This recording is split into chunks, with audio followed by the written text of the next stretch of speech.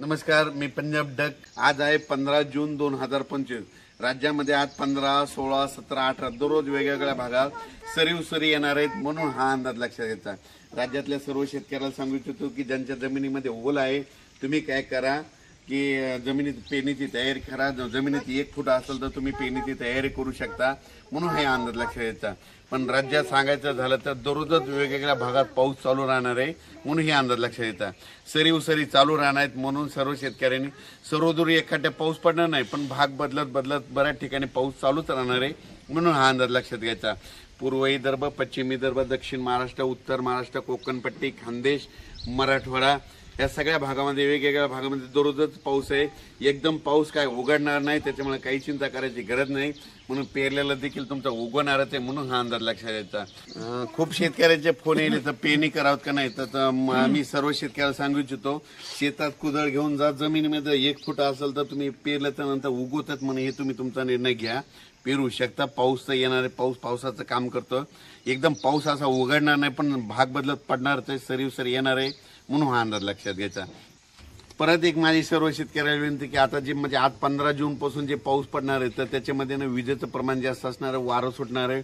माझी शेतकऱ्याला विनंती, विजा कडकडत असताना झाडाखाली थांबत जाऊ नका, आंब्याच्या झाडाखाली थांबत जाऊ नका, लिंबाच्या झाडाखाली थांबत जाऊ नका, नारळाच्या उंच झाडाखाली थांबत जाऊ नका, पाण्याच्या टाकीखाली थांबत जाऊ नका, मोबाईल टावरला हात लावून उभा राहू नका, लोखंडी पोलच्या बाजूला उभा राहू नका।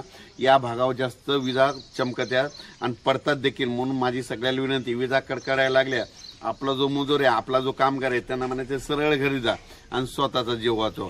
असं करून तुम्ही तुमचं विजेपासून संरक्षण करायचं। कालच आमच्या बाजूला डासाळा 13 किलोमीटर आहे, तिथे एक मुलगी कापूस लावत असताना विजा कडकडू लागल्या, म्हणून ते झाडाखाली थांबल्याच्या नंतर त्यांच्या अंगावर वीज पडली, ती मुलगी दगावली।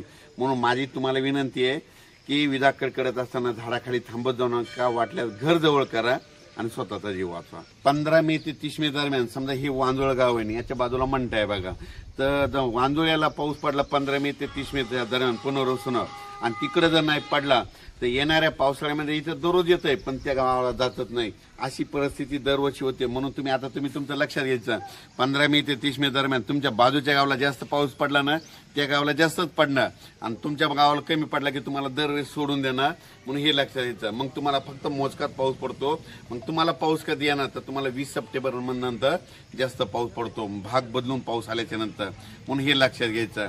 अचानक वातावरणात बदल झाला तर उद्या एक लगेच मेसेज दिला जाईल। धन्यवाद।